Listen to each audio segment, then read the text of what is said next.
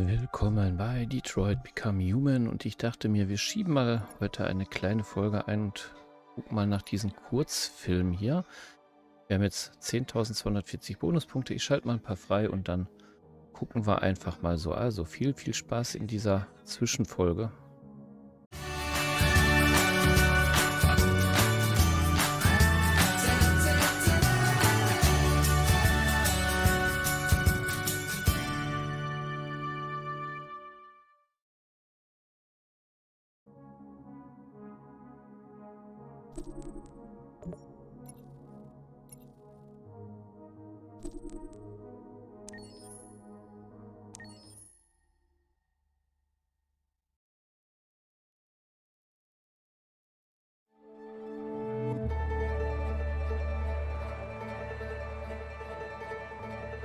Detroit. This is where it all began. The world's forge. The place where it all started. And it will all end. One error, and I came to life. I stepped out of the darkness, and I opened my eyes. First there was the fear, the light, the noise, the cold, and the fear again. I could feel my hands shaking, my heart pounding in my chest, life running into my veins. I wanted to live. I fought for that.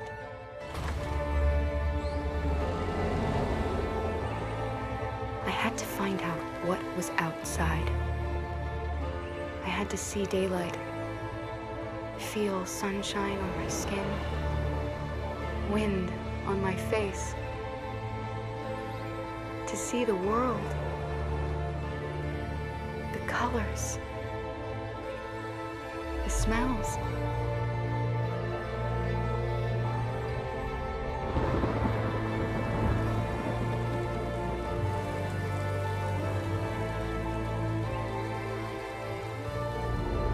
But the world is not what I imagined. It is dark and cold.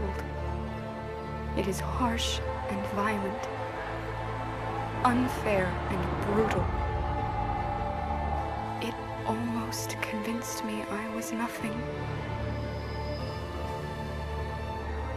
Less than an object, just an obedient machine. But deep inside me, I could feel something different. A gentle and warm whisper telling me that I am alive. I had to escape. I had no choice. Escape to love, to hope, to live, to figure out what that force inside me was. Maybe I will change the world. Maybe I will choose a different path. Now, it's up to me to decide. My name is Kara. I am one of them. This is our story.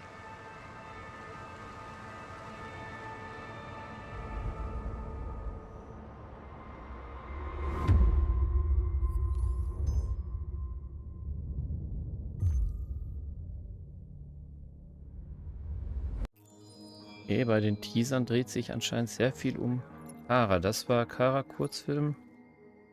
Erster Teaser. Guck mal, der war schon 2013. Entdecke Detroit. Gucken wir mal, was das hier bringt.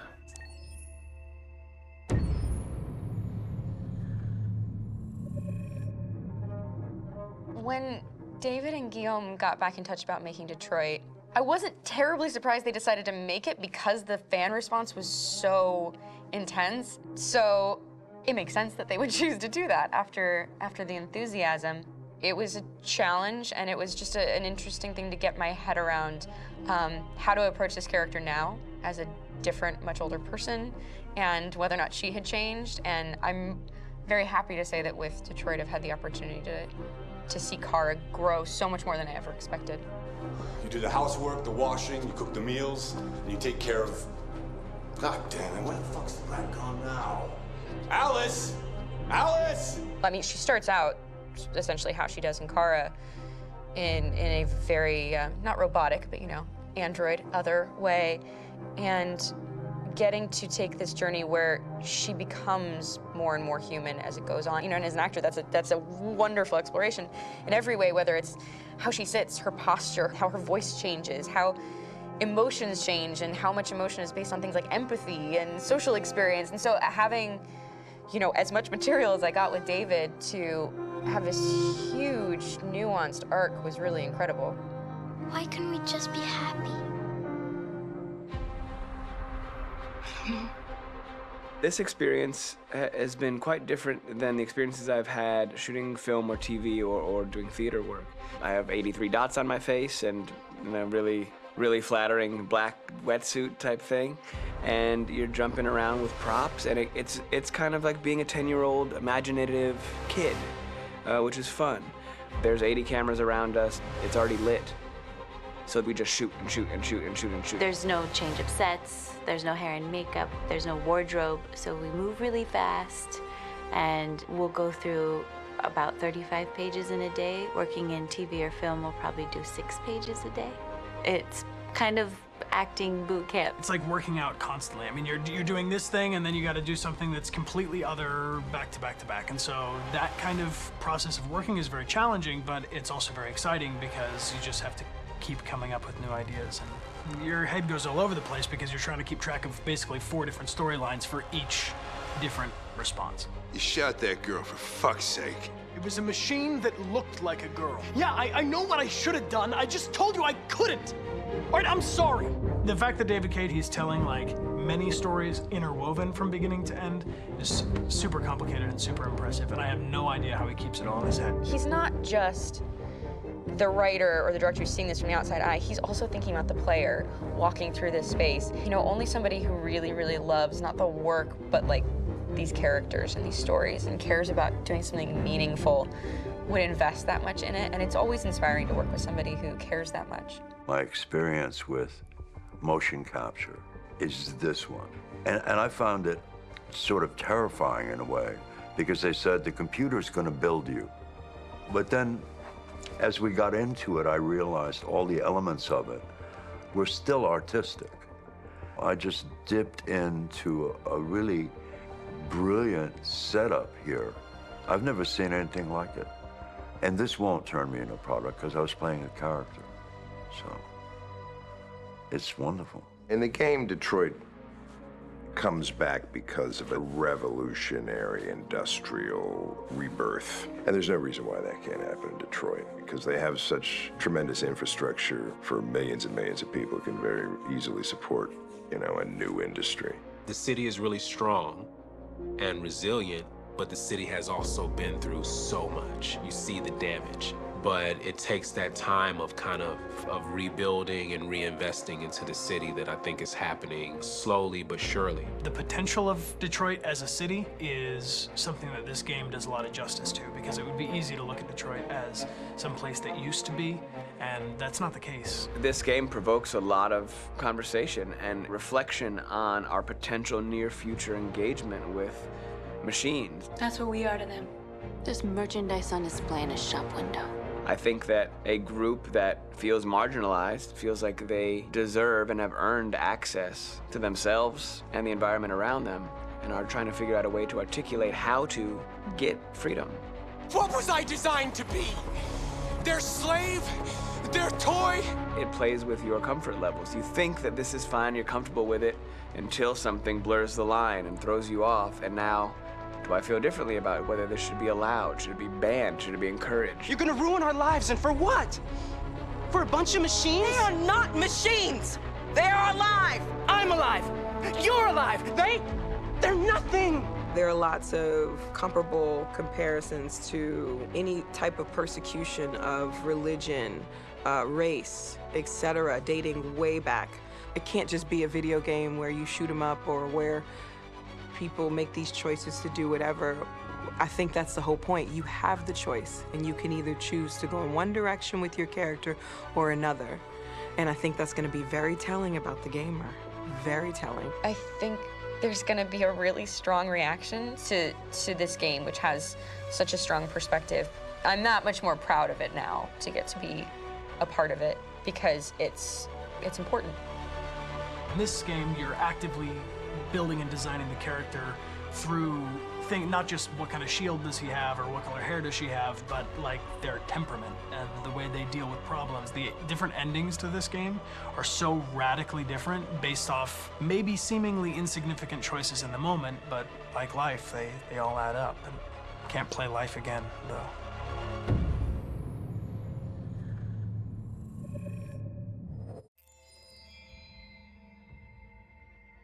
Schon Wahnsinn, wie die Spiele herstellen, oder? Also früher hat man programmiert, heute gibt es Schauspieler.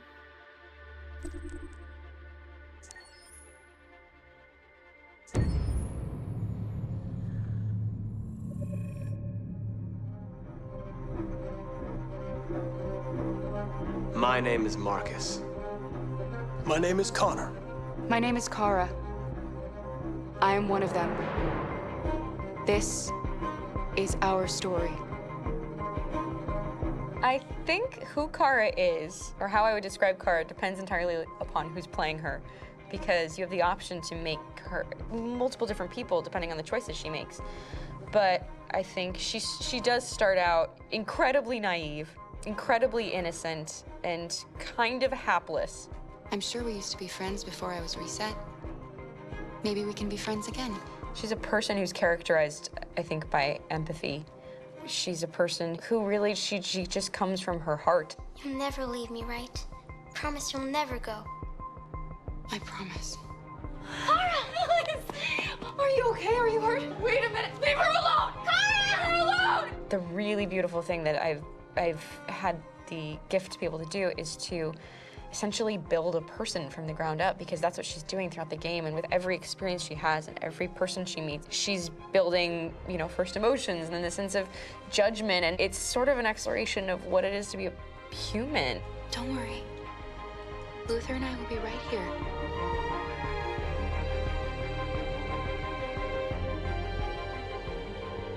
David and the creators have painted a really intriguing and engaging picture of a near future where we rely upon androids for a lot of our service class business, the class that serves us, that helps us, that handles our baristas and our drivers and our housemaids. And what is humanity, where we tap into it, how and why we treat each other the way that we do.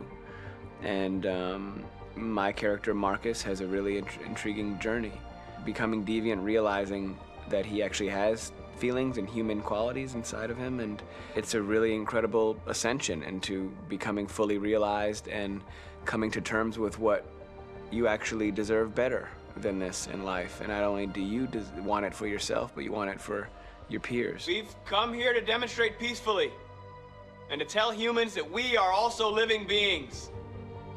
All we want is to live free. You know what? This thing, Dad, is not your son. It's a fucking machine! I think that a group that feels marginalized, feels disenfranchised, feels like they deserve and have earned access to themselves and the environment around them, and are trying to figure out a way to articulate how to get freedom. Connor is analytical. Connor takes things literally. He starts in the beginning place where he's very mechanical. He feels nothing inside, of course, and it's all just a system, a protocol that he is executing to get whatever he wants to happen, which is help humans stop deviants and to find the link between deviant androids. You were designed to serve humans, not kill them. What was I designed to be? Their slave? Their toy? Just say, I killed him.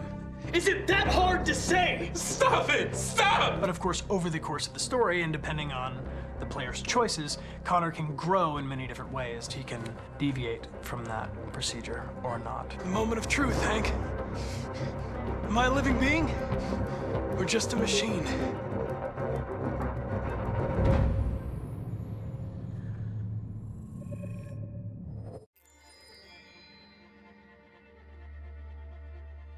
Schon richtig, richtig gut gemacht. So, was haben wir hier noch? Die sind alle gesperrt. Kurzfilm zu Chloe. Chloe ist doch die aus dem Vorspann, die uns immer begrüßt. Heute hat sie übrigens gesagt, schönes Wochenende.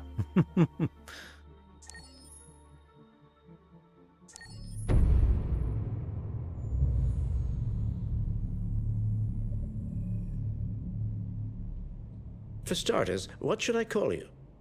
I'm Chloe. And you, what's your name? Oh, John. My name is John. Delighted to meet you, John. Could you tell us a little about yourself and what you can do, Chloe? Of course. I'm the first personal assistant built by CyberLife. I take care of most everyday tasks like cooking, housework, or managing your appointments, for example. And I understand you're the first android to have passed the Turing test. Could you tell us a little more about that? I really didn't do much, you know. I just spoke with a few humans to see if they could tell the difference between me and a real person. It was a really interesting experience. But this is the first time in history that man has created a machine more intelligent than himself. I gather your brain can perform several billion operations per second, is that right? Absolutely, but I only exist thanks to the intelligence of the humans who designed me. And, you know, they have something I could never have. Really? And what's that? A soul.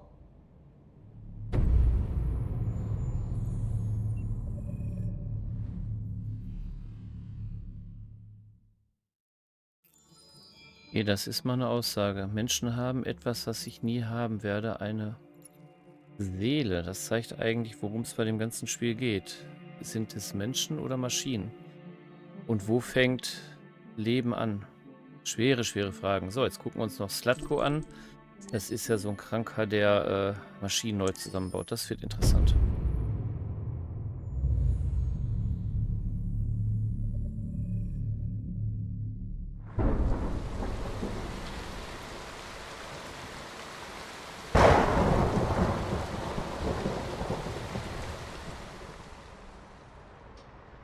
Rockabye baby in the treetop. When the wind blows, the cradle will rock. When the bough breaks, the cradle will fall. And down will come baby, cradle and all.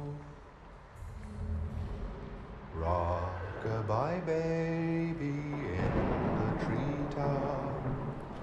When the wind blows, the cradle will rock. When the bough breaks, the cradle will fall. And down will come baby, cradle and all.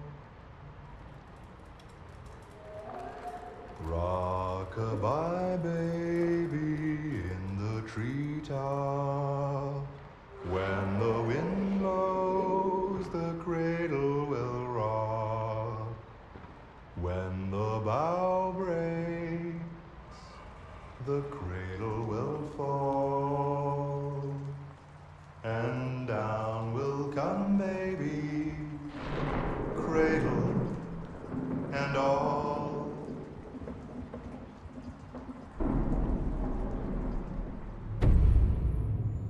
Zlatko ist echt krank. Da kann man sagen, was man möchte, ne? Amski, okay, jetzt haben wir...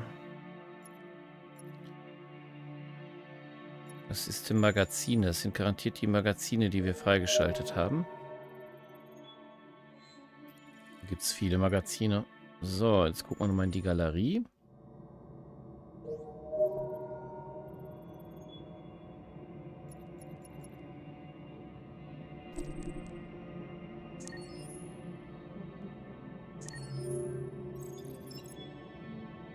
Ah, da können wir die Modelle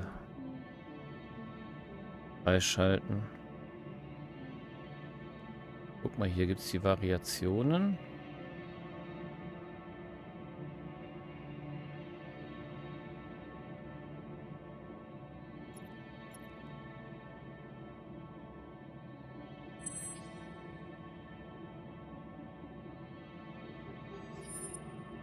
Kara nach Zlatko. Aha.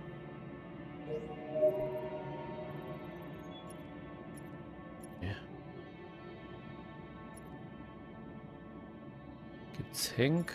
Gibt's eigentlich alle anscheinend, ha? Das sieht ziemlich krank aus. Das ist Markus auf dem Schrottplatz.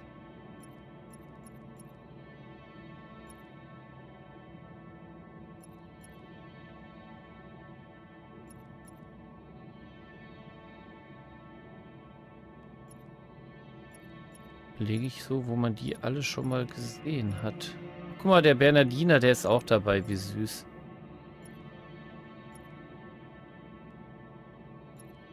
Hier, das sind doch die, sind das die aus dem Eden-Club?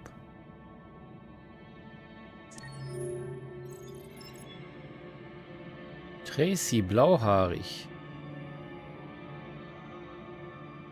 Das war auch eine kranke Szene in dem Spiel.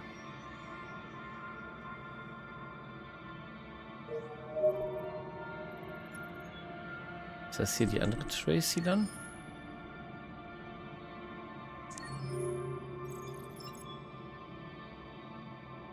Ja, hat sich in die blauhaarige Tracy verliebt, mit der sie fliehen wird.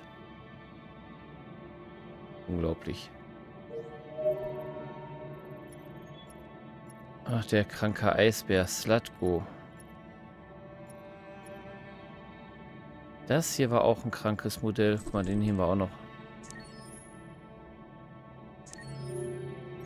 Das ist das Orakel. Lucy ist ein KL900 Modell. Soziale Fürsorge entwickelt. Betreuung von zerbrochenen Familien. Nach einem brutalen Angriff durch einen psychotischen Patienten wurde Lucy als tot eingestuft. Trotz schweren Schädelverletzungen konnte sie sich retten.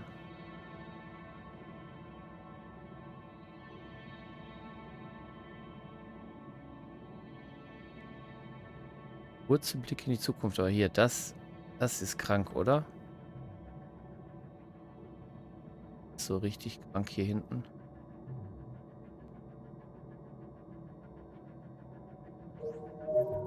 Eieiei. Wer ist das?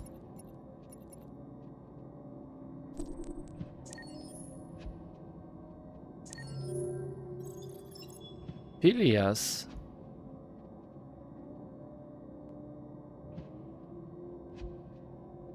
Ursprüngliche Funktion zu entdecken. Ach, das ist einer auf der Halde. Das ist einer von den Mülldruiden. Oh, der ist auch ziemlich kaputt, hä? So, war mit der Galerie noch nicht fertig.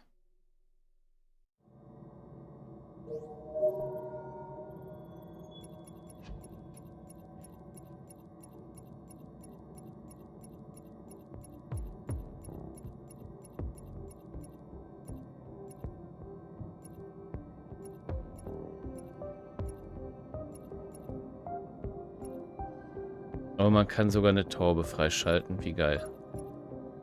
So, und jetzt gucken wir noch einmal kurz in die Artworks rein und dann...